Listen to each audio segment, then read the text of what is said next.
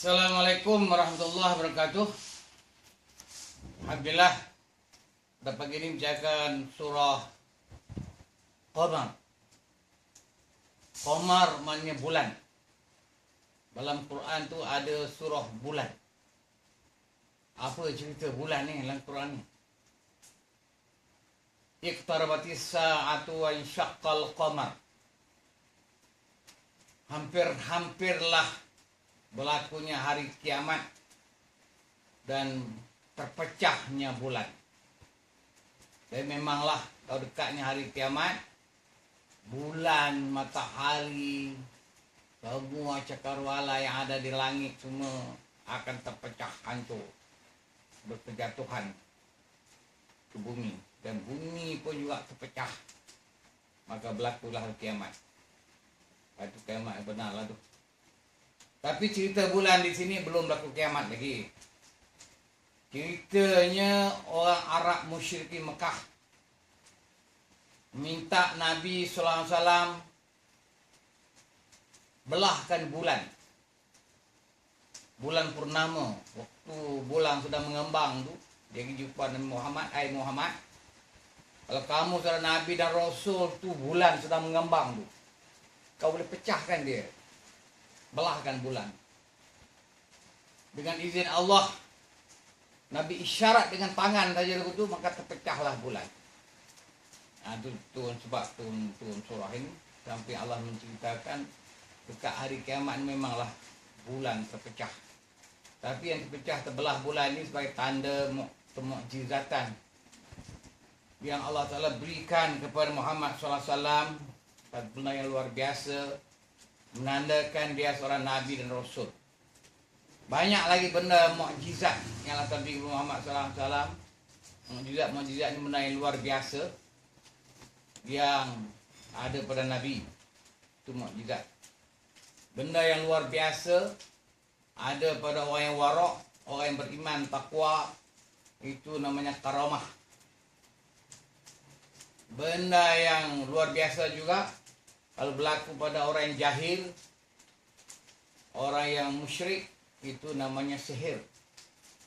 Benda yang luar biasa juga dalam konteks sekarang ini berlakunya di zaman sains dan teknologi, namanya saintis, termasuk IT ini.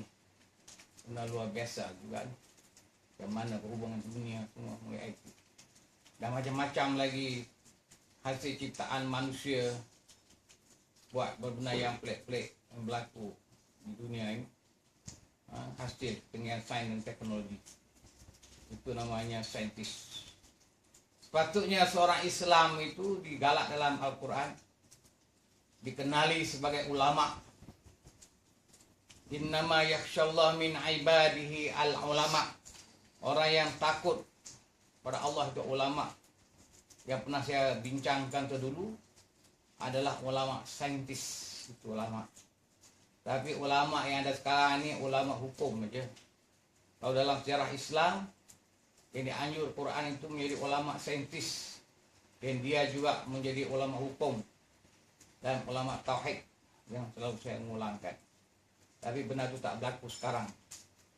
Jangan-jangan nak jumpa pada diri seorang itu dia seorang saintis, dia seorang ahli agama, dan dia juga orang yang paham tentang masalah tauhid.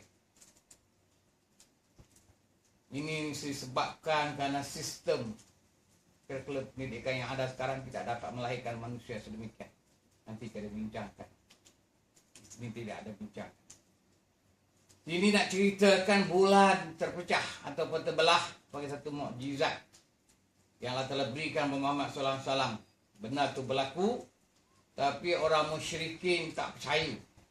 Sebab dalam Quran ini dia kata Nabi Muhammad ini ada ilmu sihir. Dia belajar di mana tak tahulah apa ajar kat dia.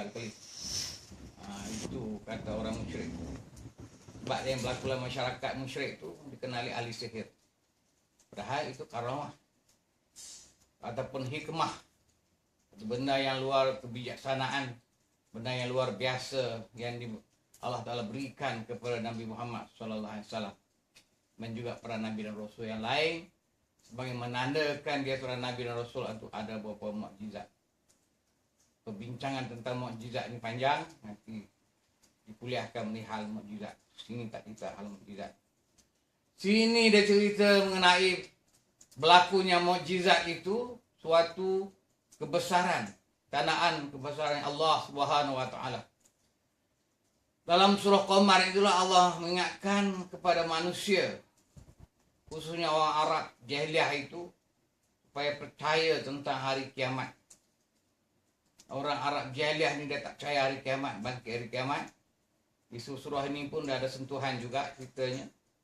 Tapi bila orang Arab jahiliyah ni ataupun manusia akan percaya hari kiamat, apabila betul berlakunya hari kiamat, manusia akan dibangkit dalam kubur.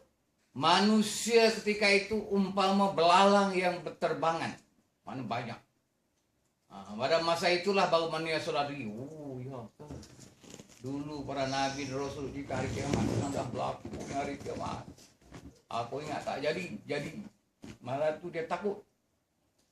Kita dalam surah ni manusia ketika itu dia sentiasa taat patuh ikut perintah malaikat.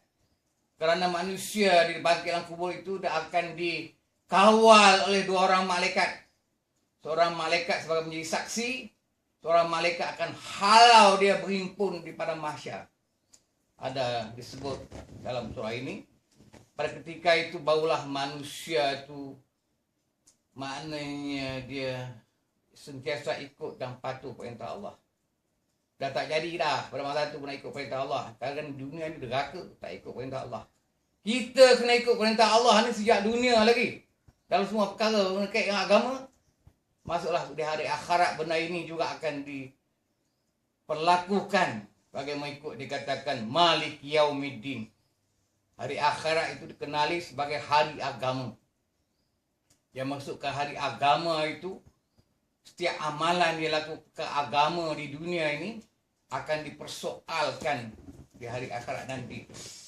Akan dihisap tentang amalan manusia. Itu kita surah lain. Dalam surah Qamar ini Allah menceritakan ada beberapa golongan manusia yang deraka kepada Allah Subhanahu Wa Taala, bukan pada zaman Nabi Muhammad di kalangan orang jahiliyah, tapi sebelum daripada zaman jahiliyah dah ada manusia daripada Nabi Rasul yang terdahulu memang kerjanya deraka, tak ikut perintah apa yang diperintah oleh Nabi dan Rasul.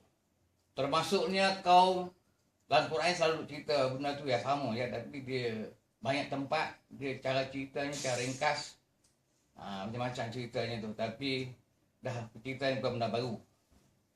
Kita mengenai kaum Nabi Nuh alaihissalam, kaum Ad, kaum Samud, kaum Lut dan kaum Fir'aun. Ini dicerita dalam surah ini cara ringkasnya. Dia ceritakan mengenai kaum Nabi Nuh alaihissalam yang deraka dengan dakwah kepada Nabi Nuh alaihissalam. Mereka juga mengatakan Nabi Nuh ni adalah seorang sihir. Dan dia beri ancaman kepada Nabi Nuh untuk diusir. Begitulah kaum Ad. Satu kaum yang deraka kepada Nabi Hud. Dakwah Nabi Hud yang mengajak manusia menyembah Allah dan beribadat. Tapi kaum Nabi Hud ni terkenal, kaum Ad ini terkenal orang yang deraka dan menyembah berhala. Kaum Samud pun begitulah juga. Allah telah utuhkan Nabi Saleh, dia deraka. Allah telah beri mukjizat turunnya unta, beri unta yang besar dia keluar dari bukit. Nabi Saleh sebelah jaga unta ni, beri pergiliran minuman dia. Tapi dia buat pelanggaran, dia sembelihkan unta ni, makan daging. Akhirnya Allah Ta'ala binasakan kaum Samud ini dengan suatu suara petir saja. Begitulah kaum Lut yang deraka kepada Allah, dibalikkan dunia. Fir'aun yang deraka, dakwah yang sampai oleh Nabi Musa, ditenggelamkan bala tentera dan Fir'aun itu dibinasakan. Di akhir sekali dalam surah Qamar ini Allah memberi jaminan kepada orang yang bertakwa, kepada Allah Subhanahu wa taala sunat takwa, di hari akhirat mereka akan dikurniakan syurga yang terdapat beberapa sungai. Itu kita sungai lain syurga itu ada di sebuah taman. Lantaran kerana mereka terkenal seorang yang benar. Dengan sebab itu di hari akhirat nanti mereka mendapat kursi yang katakan kursi seorang yang benar, dan mereka berada di sisi Allah Subhanahu wa taala. Inilah kita bagian akhirnya. Wabillahi taufiq wal hidayah. Assalamualaikum warahmatullahi wabarakatuh.